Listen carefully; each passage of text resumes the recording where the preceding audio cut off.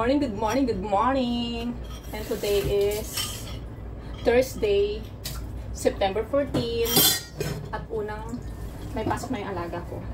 First day of school nila. And she's in college na. Dito. Tagal-tagal ko na rin dito. Tagal-tagal natin dito pero hindi pa tayo mayaman, besh!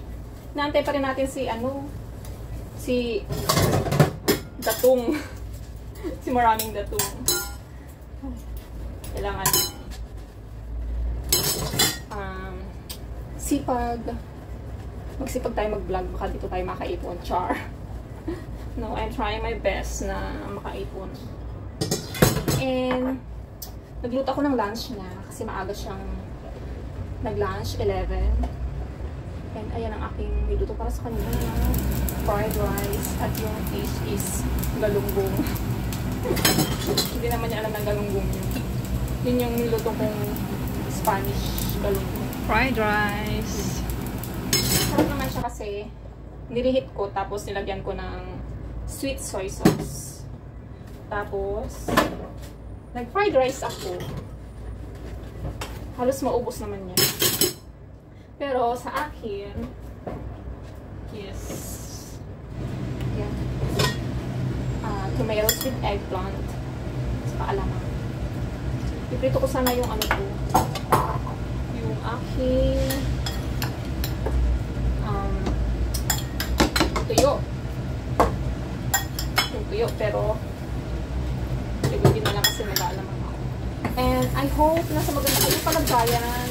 Tulad ko, although ano pa rin, still, may parte pa rin ang buhay natin na so. Pero okay lang. At least tayo ay healthy. And yung mga taong lumantad na kayo. Mga taong nagtatago, lumantad na kayo. Kasi wala na kami magagawa. At hindi namin kayo abalahin. Ay, nakalokang lang. And today, baka gusto kong gumawa ng dumplings. Kasi wala akong pa-dinner. And ang good news, binigay na yung food allowance ko. And ang isa pang good news, sinobrahan ni Madam. Kasi feeling niya is kulang yung food allowance. Nagkwenta siya. Kasi ang dapat ibigay lang niya sa akin is mga kulang-kulang 1-2. Sabi siya. Ano, papatak lang sa 38 isang araw. Parang hindi enough. Sabi niya. Parang hindi enough. Yung gusto mo lang bang malaya kang bumili ng pagkain mo. Ano lang yun. Kaya yun, dinagdagan niya. So, I'm so thankful. I feel so blessed. Diba? Mga simpleng bagay, diba? Na feeling natin blessed na tayo. Kasi nga, dinagdagan niya. At nagpapasalamat ako at naintindihan nila yung sitwasyon ko. Kasi yung aking sahod is talagang, so Lord, sometimes negative na. Hindi ko na mabibili yung gusto ko. Buti naintindihan nila yung explanation ko. Loka ako pa. But anyway, I'm so thankful dahil naintindihan naman nila ako. So yun. Yun ang good news. And ang bad news, nagtatago pa rin sila. Hindi ko pwede maging masaya tayo, besh. So that's the first day of school of my alaga. Ang pasok niya is 1:00 ng hapon. Dapat nasa school na siya. Mga almost 1, dapat nasa school na. Yun lang. Sana maaga yung pasok niya next time.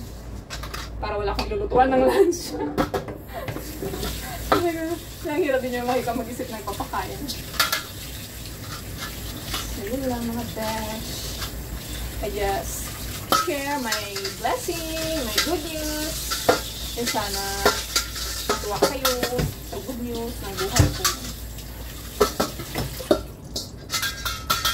And ngayon ay 12 o'clock na. na rin akong kumain. Naubos ko yung ulam ko. Akala ko may matitira pa ako. Sabi ko, I will eat for tomorrow. Kung may matira ako. Pero inubos ko siya. Tapos, nagtimpla ko ng honey citron tea. Medyo warm. So, solve ang aking lunch. And, kayo dyan, anong lunch nyo? I hope ma-upload ko to bukas. Kuha ko ng tubig. Because I'm thirsty.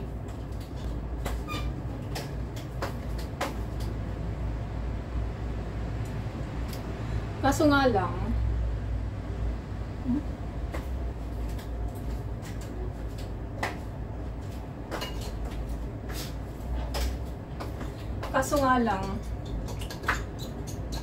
kung uulan, kasi ano, it's still raining. Umulan tapos ngayon, ano na lang, ambon-ambon. Ambon-ambon na lang.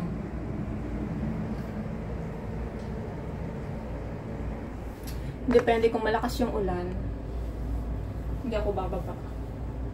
Tamad akong bumaba. Pag malakas ang ulan.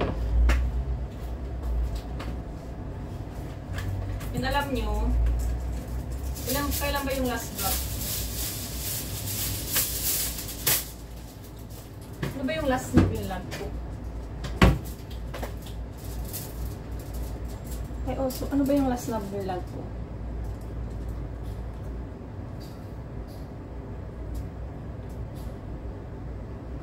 Yung ano, yung house my 1 month vacation. Ito lalagyan ko ng used oil. Tapos itatapon ko sa basura. Kailan ba yun? First week ata ng last week ata ng August or first week ng September ko na-vlog yun. So, ganyan natin na-vlog. So, naisipan kong sana maging active ako mag-vlog. Kasi, mapanisan ako ng laway, besh. Hindi ako mag-vlog. Kasi hindi naman ako mahilig makipagtawagan. Tawagan ba? Bihira kung important matter lang. Kaya mga kanya-kanyang trabaho din yung mga tao. Kanya. And then, yan. Para kung sakaling butas man yung plastic ng basurahan ko, hindi siya tumulo.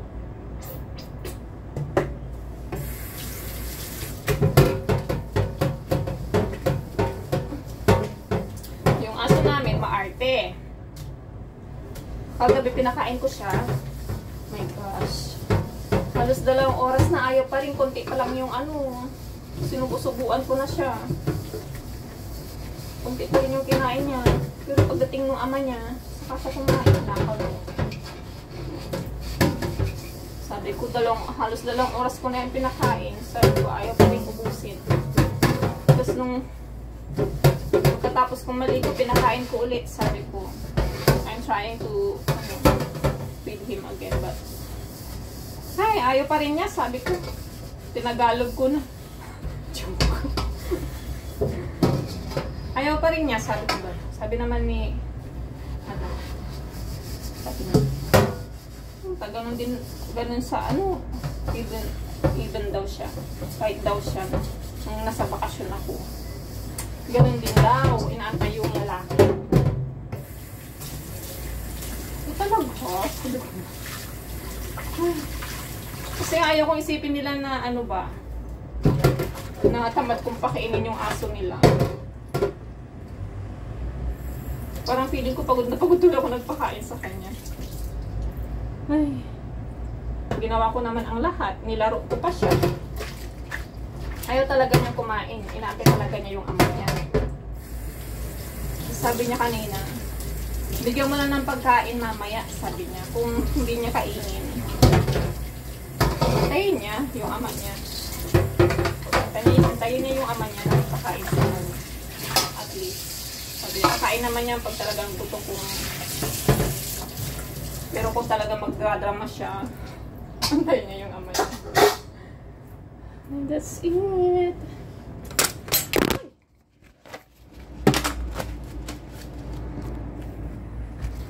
Ay, Diyos ko Lord. Nabasag ba ang aking phone? Hindi naman nabasag. Oh! Nag-boil ako ng water para dito. Oh, wait a minute. Hindi ko pala. I need to ito.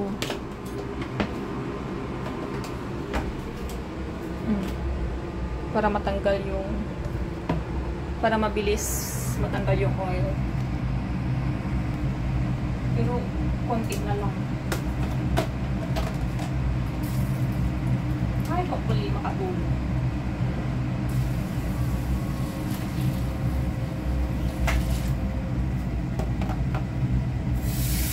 Isok ko lang. One more hot water. Isok ko lang siya. Ibabad ko lang siya habang nagbo-vacuum ako.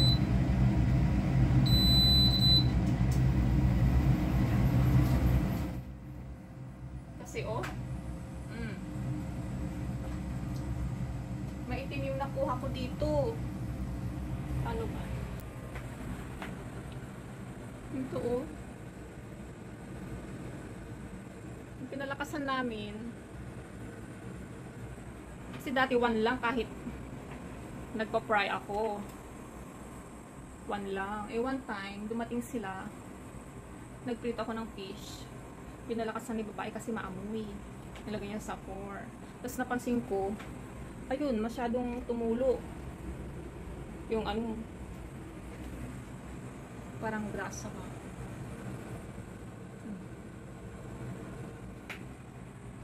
So, itatry ko siyang linisan. Itry kong linisan, tapos hindi ko siya i-on ng 4 kasi obserbahan ko siya. Kung hindi ko siya i-on ng 4 at hindi siya tumulo, it means hindi siya pwedeng hindi siya pwedeng i-on ng 4 kasi natulo siya pag malakas. Ayun, wala pala akong ganito. So, kailangan kong lumabas. Anyway, maganda yung weather. Maganda yung weather. Hello. Tapos na ako nag-vacuum and ito. Ayan, binabaran ko ulit siya pero ang nilagay ko yung sieve. Yung sieve ang nilagay ko kasi ubos na nga i-tetch. Hindi ko pala siya itatapon gawa ng yung bibilihin ko walang pang spray. So ito, I will try my best na. Pero maganda rin naman ilagay yung panglinis yung sieve. Kasi natatanggal din yung oil. Ayan, so wash with me. So mamaya na lang ulit para mabilis ang aking work. And hindi na pala ako parang hindi na ako magdadumplings. Kasi marami pala akong planchahin. Pwede rin naman, pag bumili ako, mamarinate ko lang siya ngayon. Tapos bukas ko lang gagawin. Kasi lalagyan ko siya ng cabbage. Bukas ko na lang i-mix yung cabbage. Kailangan pa kasi yung i-blanch yun. I-blanch, tapos i-dry mo pa ng konti. I-drain mo yung water.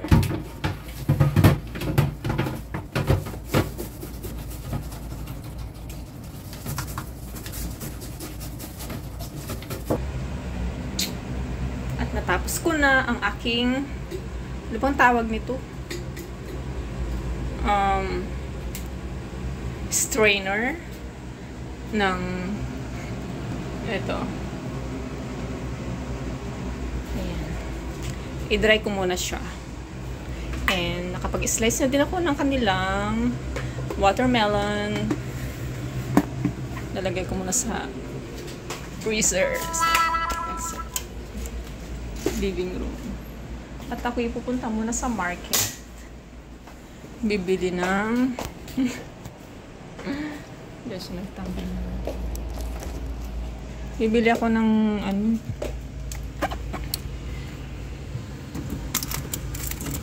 panggamit ko sa kusina.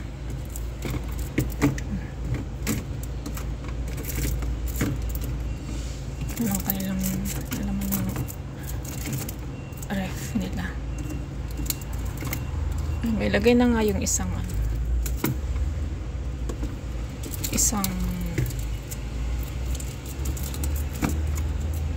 pack ng lemon tea. Kasi paubos na yung lemon tea nila. Ngayon na binigay na nila yung food allowance ko, hindi na ako kumukuha ng mga inumin nila. Bibili na lang ako ng sarili ko.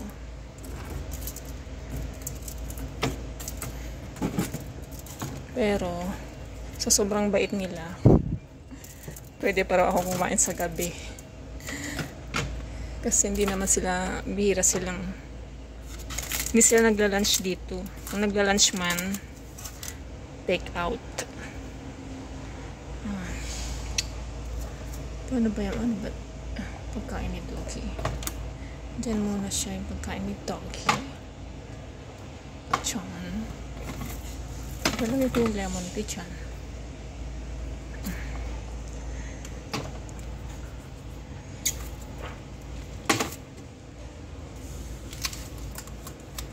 Diyan ka muna, besh. And this one. Diyan ka muna. Diyan ka muna. Yan kay Doggy.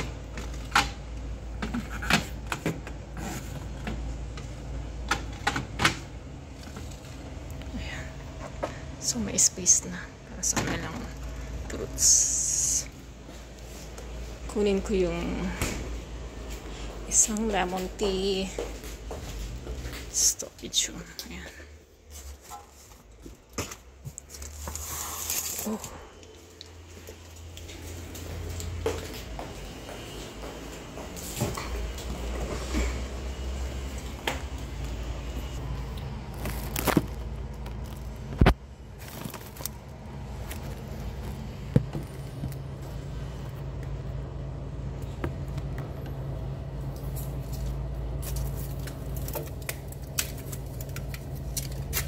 Ano na? Alas 3 na. 3 o'clock in the afternoon. So, tapos magpa-plancha muna ako. Hindi, mag-market muna ako. Para pagdating ko after market, linisan ko yung banyo nila, yung master bedroom. And maliligo. Saka ako magpa-plancha. Kasi wala akong pa-dinner. Magdi-dinner lang ako ng tinapay.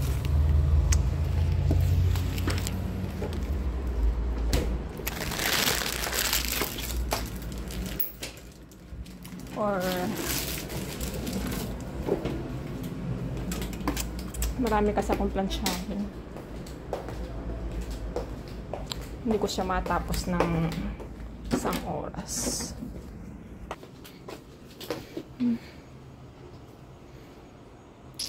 So, punta muna tayo sa market. Diyan lang sa mini mall. Mini mall na parang market. And maganda na yung weather. Hindi na siya umulan. At malapit na ako. Diyan na ako sa mini mall. And ang surroundings. So, hanggang dito na lamang ang ating today's vlog. Bongga vlog talaga, besh.